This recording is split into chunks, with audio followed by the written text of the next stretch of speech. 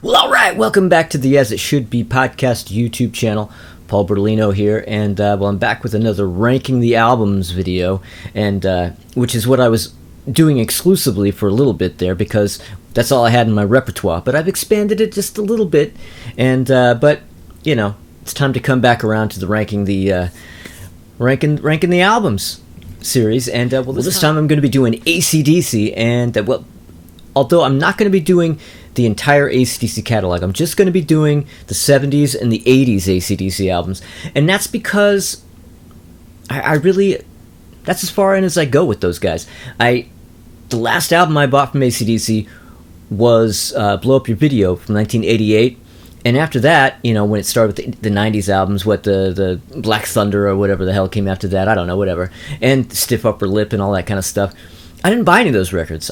I still don't know. I'm still not familiar with those albums at all. You know, if there was an MTV video like Thunderstruck, which I hated, then, you know, I know that. But, you know, the last three albums, Rock or Bust, Black Ice, and Power Up, when those came out, I listened to them online, and they were pretty good, but I still didn't feel compelled to go buy them, so I don't know them that well. So yeah, I'm sticking into the 70s and the 80s, and that's that. Okay, so maybe a little history of my my own AC/DC fandom, you know, my own experience with AC/DC. You know, I think my earliest awareness of them was probably pre-Highway to Hell, but I didn't know the music, I didn't know their faces, I was just aware of the band name. You know, that was older brother rock. That was kind of, you know, the kind of rock that older brothers listened to. Like, you know, I think I kind of put them in this little category, in this little corner of music, with like UFO and Foghat, and that was kind of that. I just didn't seem interesting to me, and I just kind of didn't really pursue it. But then when Highway to Hell came out, that's when I actually really became truly aware of who they were, because I had a bunch of my KISS friends. I had friends I had in elementary school, and we were like the KISS kids. We worshipped KISS, everything about KISS. We had the lunchboxes and magazines, and, you know, we talked KISS. Well, when Highway to Hell came out, some of my KISS friends started jumping ship for AC/DC. And I didn't like that. And so I didn't like AC/DC. Right then and there, I decided, fuck AC/DC, because they're stealing all my KISS friends. And so, you know, I had friends who were going, you know, trying to turn me on to Highway to Hell, and I was just like, yeah, whatever. And I just wouldn't give them the time of day. Well, then my next memory is of the day that I heard that Bon Scott died. I remember sitting at lunch break. I was in, what grade was I in? I was 9. It was 1970. I was 9. I was 10, because it was February 1980, and we were at lunch. And I remember the Zerba twins, my friends, the Zerba twins, who I still know, telling everybody at the table that Bon Scott had died, and that was kind of a turning point. Like, whoa, the singer of AC/DC died. And then it seemed like 5 minutes later they had a new album out, Back in Black. And when Back in Black came out, that's when I was in. Kind of like most people, really. I mean, you know, everybody, your younger sister, your older sister, your mom, your grandma, everybody liked AC/DC when Back in Black came out, right? Well, yeah, that's when I got in. And I was so in, you know, got the album. I think I had the album, I had the cassette, and I was just, suddenly I was an AC/DC fan. And, you know, then, you know, I think I kind of like skated along for Those About to Rock, and then when Flick of the Switch came out, or when Flick of the Switch was about to come out, that's when I really became obsessive about AC/DC, because I really kind of was more of a 60s kid. I was into 60s and 70s kind of pop and rock, and AC/DC was just not quite my thing. So I couldn't really get that heavily into it outside of Back in Black. But by the time Flick of the Switch was about to come out, all my friends were metal guys. Like, all my friends, they loved AC/DC, they loved, you know, Judas Priest and Iron Maiden and the Scorpions, and that's what they were all into. And I was listening to The Who and the Kinks and the Beatles and stuff. Well, just as Flick of the Switch was about to come out is when I started to kind of get influenced by them and start to really get into their music. And AC/DC quickly became my very, very favorite band. So by 83, when Flick the Switch came out, I was obsessed with AC/DC on every level. worshipped Bon Scott, of course, and that very quickly was my very favorite AC/DC, and always is, always will be, as it should be. And, well, anyway, so there you go. And then, as I mentioned already, I went along for the ride up to Blow Up Your Video, and then after that record, I just kind of, honestly, they seemed kind of past it even when that record came out. But after that, I didn't dislike AC/DC anymore. I just wasn't buying the new records, But the classic AC/DC will always be undeniable. So let's get on with the list. Pull it up over here, huh? Okay, so the list I have is of 10 albums, okay? So it's 10 albums from the international High Voltage, not the original Australian. International 1976 High Voltage through Blow Up Your Video. That's what we're doing here. So that's 10 albums, and, to start with number 10, coming in at number 10, June 1985's Fly on the Wall. Yeah, Fly on the Wall. I could not be more excited when that album was coming out, because I think Flick of the Switch was the first album that came out after I really decided I was fully an AC/DC fan. But when Fly on the Wall was about to be issued, I was absolutely fever pitch with AC/DC. I mean, and as I always did at that time, went to the record store day of release and picked up the album and rushed it home and put it right on and listened to it. And I thought I liked it. There were songs I liked, but really, that album was that album's terrible. Fly on the Wall is terrible. And the cover, and the cartoon Fly, and, Fly, FL with the eye through the knot hole in the wood to say, come on, guys. Really?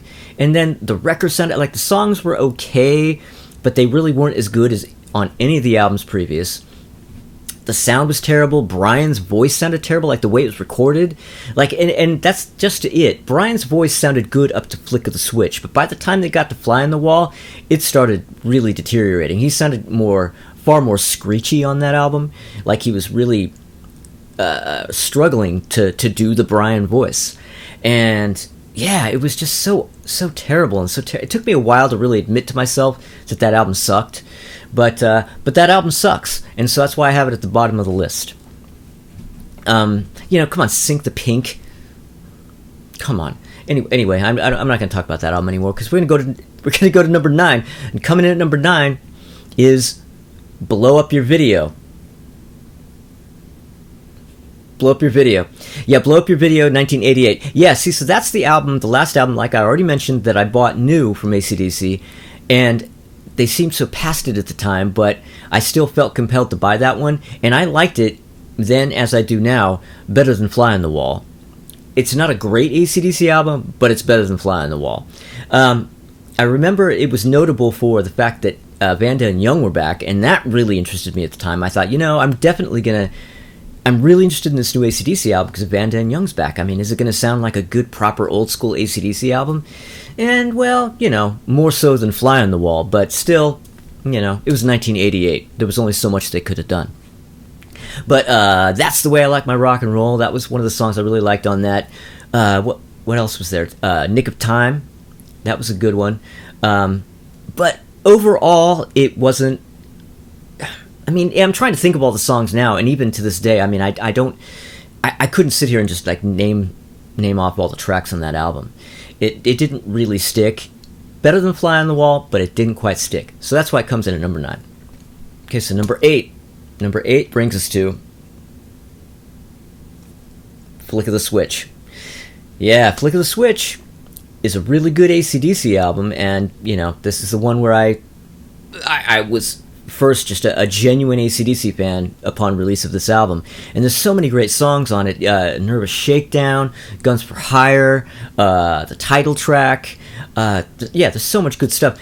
And it's the first album that they did after parting ways with Mutt Lange, and they just produced it themselves. And that is kind of the problem with the album. The songs are good, the performances are good, Brian still sounds great, but there's just something about it that's just just not quite. But that said, it really is a great AC/DC album. If I had to choose just one complaint about this album, really, that just I can't overcome, is that it has a weak opening track. And I think that's really the main thing that colors, my perception of the album, and probably most people, because most people, I think, consider this album pretty weak. And it really isn't. It's just that it opens with a weak track. I mean, Rising Power is a super weak AC/DC opening track. I mean, after having had For Those About to Rock as an opener, Hell's Bells, Highway to Hell, Rock and Roll Damnation, Go Down. I mean, it's a long way to the top if you want to rock and roll. I mean, those are opening tracks. Rising Power, But outside of that, it is a pretty damn good record. All right, so coming in at number 7, For Those About to Rock. Yeah, For Those About to Rock, the follow-up to Back in Black. That had to be a pretty difficult album for them to make, because everybody knows where Back in Black stands in the history of not only AC/DC, but in the history of rock and roll in general. I mean, it's one of the greatest selling albums of all time, and many would say it's one of the greatest albums of all time. It's the one that first got me interested in AC/DC, like I said, along with everyone else and their mother. But then after they had this blockbuster breakthrough with Back in Black, then they had to go in and follow it up. And they went in with Mutt Lange, same producer, and they were pretty much on track to make a record almost as good. And, I think really that's kind of what they did. They made an album that's almost as good, but not quite. But man, what an opener. For Those About to Rock, We Salute You, that opening track. I mean, that may well be the most epic AC/DC opening track. That's one of the most epic opening tracks of any album, I would say. And, Put the Finger on You. I'm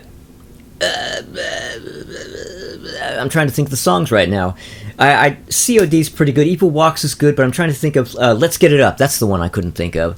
Yeah, so many great tracks on that. Side 1, it's a bit front-loaded. Side 1 is the strong side.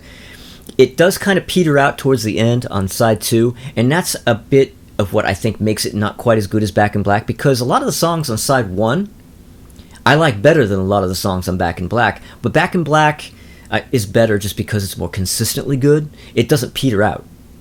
But, so there you go. Alright, so coming in at number 6, Back in Black. Back in Black, just above For Those About to Rock. And, I think that's just such a perfect spot for it, because it's only just a little bit better. It's probably twice as classic, but only a little bit better. That came out in July 1980, not long after Bon Scott died. Bon Scott had died in February 1980. They got Brian Johnson in there and started recording this album in April.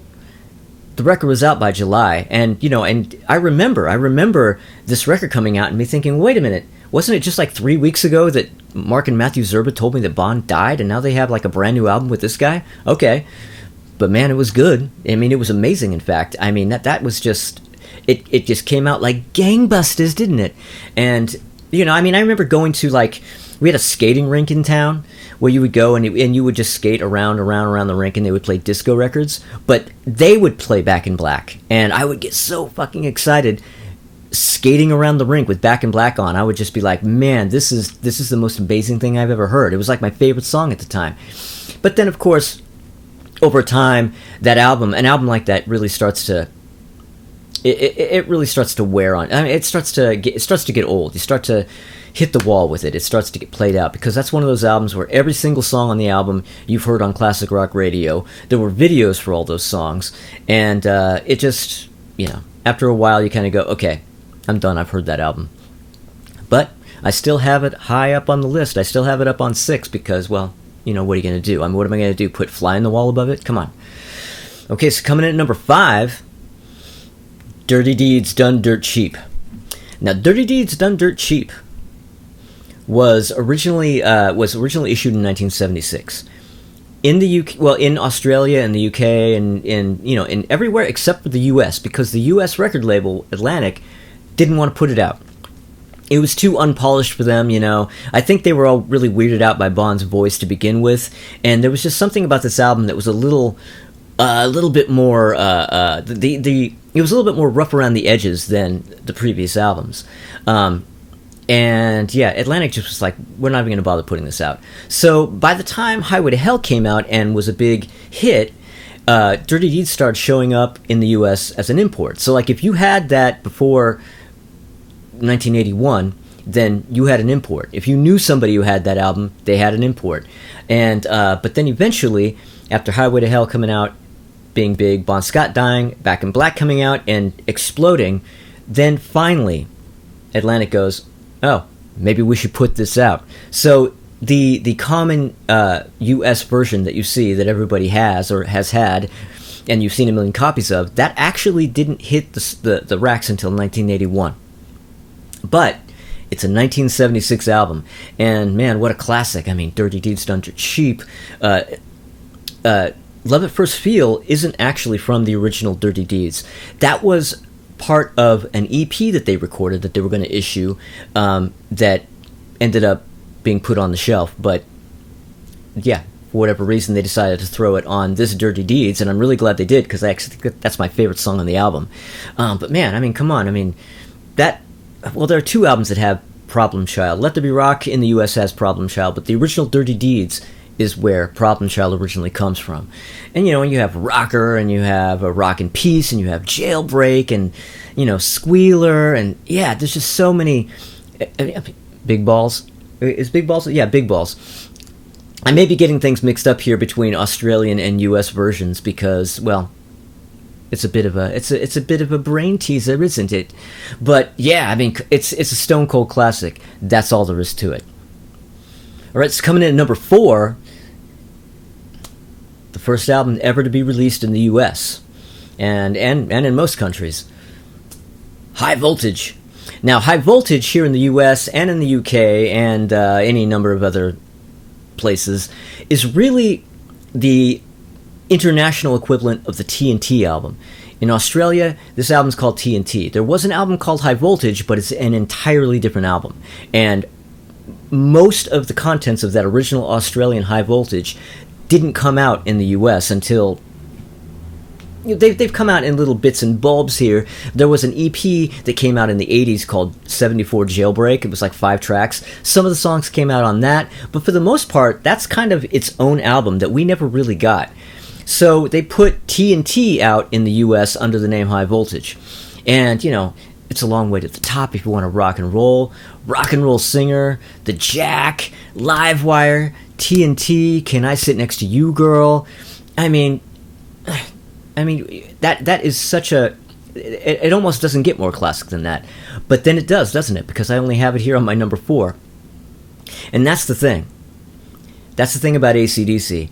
As I'm sure you probably have figured out by now, the bottom part of my list is all Brian Johnson records, and the top of my list, all Bon Scott records. Because what Brian Johnson album are you going to put up against any Bon Scott album? Yes, even Back in Black.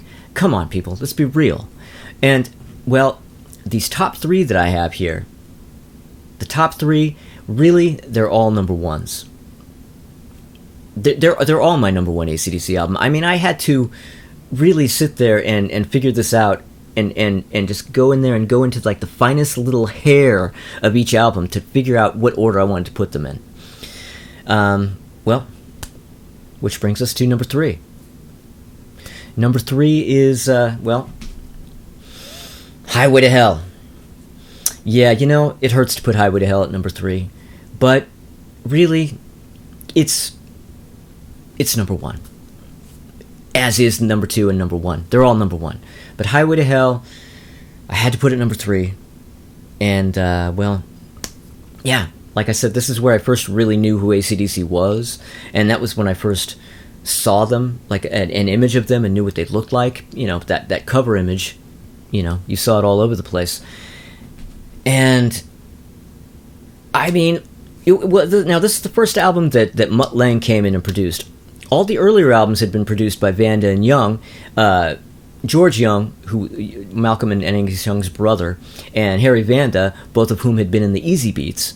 Those guys were producing all those classic earlier AC/DC albums, but they decided they wanted to go up, you know, to the next level. Because that's the thing. They were making better and better records with Vanda and Young, but the minute they got with Mutt Lange, they weren't going like this. They went like this. I mean, the difference between Power Ridge and Highway to Hell in terms of well, it, certainly in terms of the production, is pretty substantial, right? And this was really kind of where they were poised to make it. And that's the thing. One of the reasons why I think Back in Black became such a huge album and why it was such a... I mean, other than the fact that it's truly a great classic album, but AC/DC was already poised, sitting right there on the edge, right on the precipice. They were going to be way huge, or more huge, with their next album. Had Bon Scott lived and they made some other album with him, that would have been massive as well, I think. Who knows if it would have been as big as Back in Black, but it would have been bigger than Highway to Hell. They were just on the verge, you know, and Bon Scott, really, I think Bon's best vocals are on Highway to Hell. That Highway to Hell is Bon Scott's vocal crowning glory. I really would give anything to know where he would have gone from there. How would he have gone to the next level on the next album?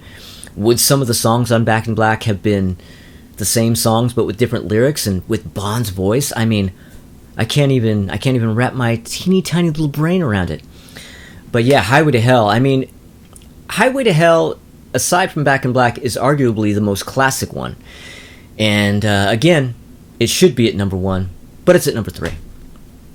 Okay, so number 2, coming in at number 2, Powerage. Yeah, Powerage. Powerage should be number 1, just like Highway to Hell, but it has to come in at number 2 because AC/DC has such strong, such classic, such amazing albums. How do you... yeah, like I said, doing these top 3 was so difficult. And Powerage is kind of somewhat of a dark horse album, I've always felt. When you talk to people, I feel like a lot of people favor Powerage. It's a lot of people's favorite album, but I feel like Powerage is a lot of people's favorite AC/DC album in the same way that George Harrison is a lot of people's favorite Beatle. There's this sort of dark horse, not as played out kind of thing about it. You know, you think, oh, with the Beatles, oh, everybody, you know, Lennon, McCartney, blah, blah, blah. I like George Harrison. Well, I feel like that's kind of where Powerage is. People are like, oh, yeah, Highway to Hell, Back in Black, Let There Be Rock. I prefer Powerage. And you know what? There was definitely a time where I was that guy. I was like, Powerage is the best one. And, you know, when I was making this list, I was still thinking I was going to do that I was going to put Powerage up at the very top. But, you know, when I really went in and thought about it and went through the songs and, like, played them in my head and just... Because I didn't sit down and listen. I know these albums well enough to just... I can just go over them in my head and go, oh, yeah. Just like you probably do, too, right?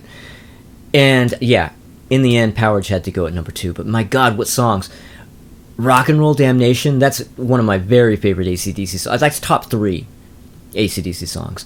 I mean, come on. Riff Raff, one of the greatest AC/DC riffs ever, Riff Raff. You know, Sin City, and Down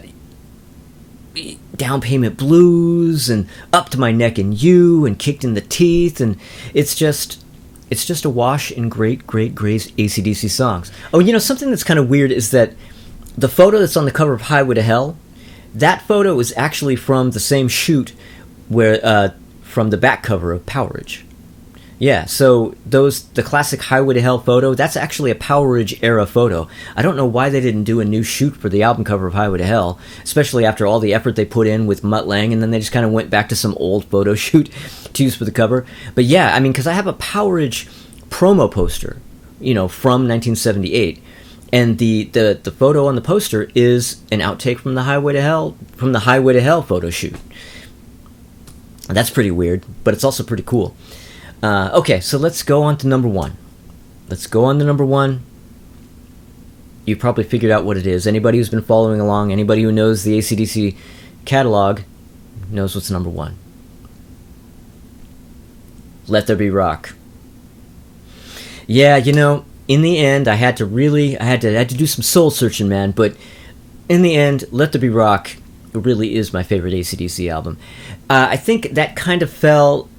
There was a time when I would have, without hesitation, said it was my favorite, but I think it fell off because I played it so much, I kind of played it into the ground, and then that ended up resulting in the period where I was like, no, Powerage is the best one. But I had to really kind of be real about it.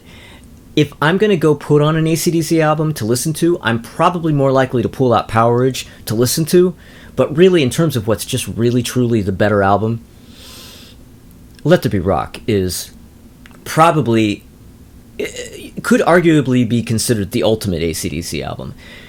I mean, and they were really, when they came in to do this record, it was kind of after the whole thing with Dirty Deeds and the U.S. not putting it out, and Dirty Deeds was considered kind of a weaker album after TNT and everything, and High Voltage.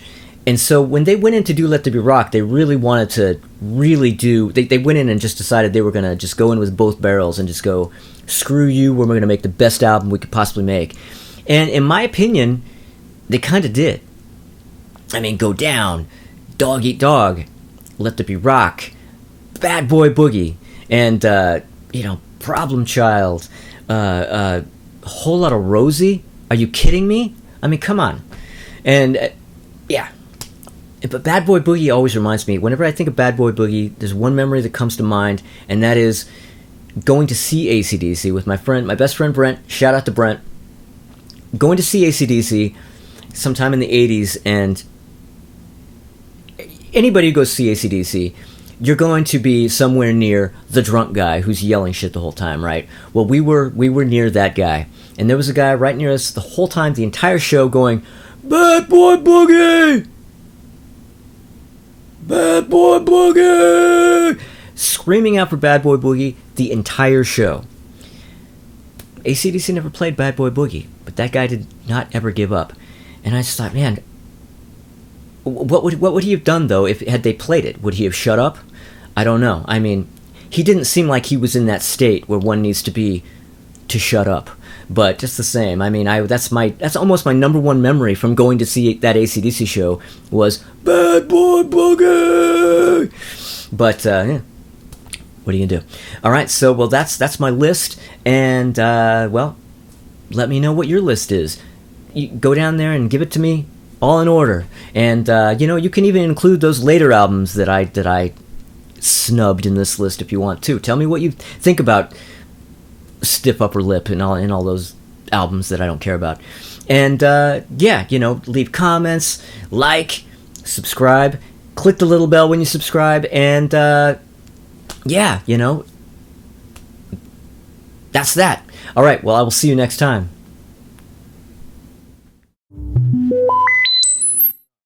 Now, I don't know. Now what? I don't know. What was I going to say?